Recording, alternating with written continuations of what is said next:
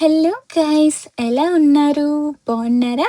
ఈరోజు నేను రెగ్యులర్గా చికెన్ కర్రీస్ ఏం తింటారు, నేను ఒక స్పెషల్ కర్రీతో వచ్చేసాను. చూసేసేయండి, ఇది కర్రీ కాదు, రసం. సో చికెన్ రసం అనమాట. సో చూసేసేయండి ఎంత టేస్టీగా ఉందో గైస్, మీరైతే ఖచ్చితంగా ట్రై చేయండి. ఇది చూడండి, ఇవి ఇంగ్రీడియంట్స్ తీసుకోండి అండ్ ధనియాలు కూడా తీసుకోండి. నా దగ్గర ధనియాలు లేవు, సో నేను అవి స్కిప్ చేసేసాను.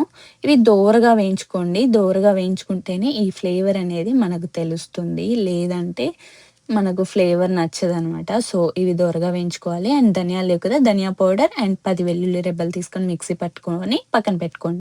ఇప్పుడు పెద్ద సైజ్ 2 టమాటోస్ తీసుకోండి అండ్ కొద్దిగా కొత్తిమీర తీసుకోండి అండ్ కొంచెం చింతపండు తీసుకోండి. ఇవి మనం నీట్‌గా చేయితోనే, హ్యాండ్‌తోనే మనం ఇది మొత్తం పిసుక్కోవాలనమాట. మిక్సీ అయితే పట్టకండి, ఇది మిక్సీ పడితే ఫ్లేవర్ మనకు తెలియదు.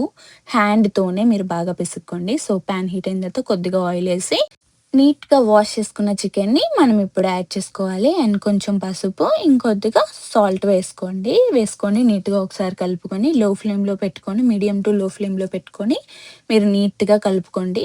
సో ఇదేంటంటే బాగా మీరు లో ఫ్లేమ్‌లో పెట్టి కలుపుకుంటూ మెల్లగా స్లోగా చేసుకోండి. ఎందుకంటే దీంట్లో ముక్క బాగా మెత్తగా అవుతేనే మనకు ఫ్లేవర్ బాగా ఉంటుంది. అండ్ దీంట్లో వాటర్ ఇనికిపోయిన తర్వాతే మనం ఏదైనా కూడా మసాలా యాడ్ చేసుకోవాలనమాట. సో ఇది ఇది మెయిన్ ఇంపార్టెంట్ దీంట్లో. సో చూడండి ఒకసారి, ఇలా ఉడికిన తర్వాతే మనం మసాలా యాడ్ చేసుకుంటున్నాం. సో మసాలా యాడ్ చేసుకున్న తర్వాత ఒకసారి అలా కలుపుకొని చూడండి, నేను చూపిస్తున్నాను.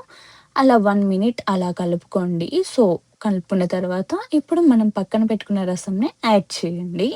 రసం యాడ్ చేసుకున్న తర్వాత ఒకసారి కలుపుకోండి. మీరు స్పీడ్‌గా కలపకండి, ముక్కలు ఇరిగిపోతాయి. ఎందుకంటే మనం లో ఫ్లేమ్‌లో పెట్టి మొత్తం ఉడికించాం కదా, అది 80% ఉడకాలక్కడ.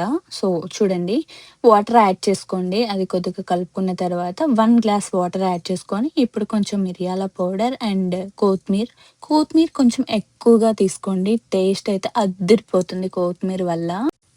కొత్తిమీర బాగా తీసుకున్న తర్వాత, ఎక్కువగా తీసుకున్న తర్వాత ఇప్పుడు మనం లెమన్ కూడా తీసుకోవాలి. సో లెమన్ పిండుకున్న తర్వాత అది బాగా కలుపుకోండి. అది బాగా పొంగొచ్చి ఉడికిన తర్వాత మీరేంటంటే సాల్ట్ కొంచెం చూసుకోండి. టేస్ట్ అడ్జస్ట్ చేసుకొని నేను సాల్ట్ వేసుకున్నాను. మీరు టేస్ట్‌కి సరిపడా వేసుకోండి. చూడండి ఎలా ఉడుకుతుందో, ఇలా రావాలనమాట పొంగు. సో పొంగొచ్చిన తర్వాత దించేసుకోండి. ఫైనల్‌గా ఇది అనమాట మన రసం. సో నేనైతే టేస్ట్ చేశాను, నాకు చాలా బాగా నచ్చింది. సో ఎవ్వరైనా సరే కోల్డ్, కాఫ్ ఉన్న వాళ్ళకైతే ఇది బెస్ట్ అని చెప్పొచ్చు. ఒక్కసారి ట్రై చేసి ఎలా ఉంది అని చెప్పి కామెంట్ బాక్స్‌లో కామెంట్ చేయండి గైస్. సో సబ్స్క్రైబ్ చేసుకోవచ్చు కదా!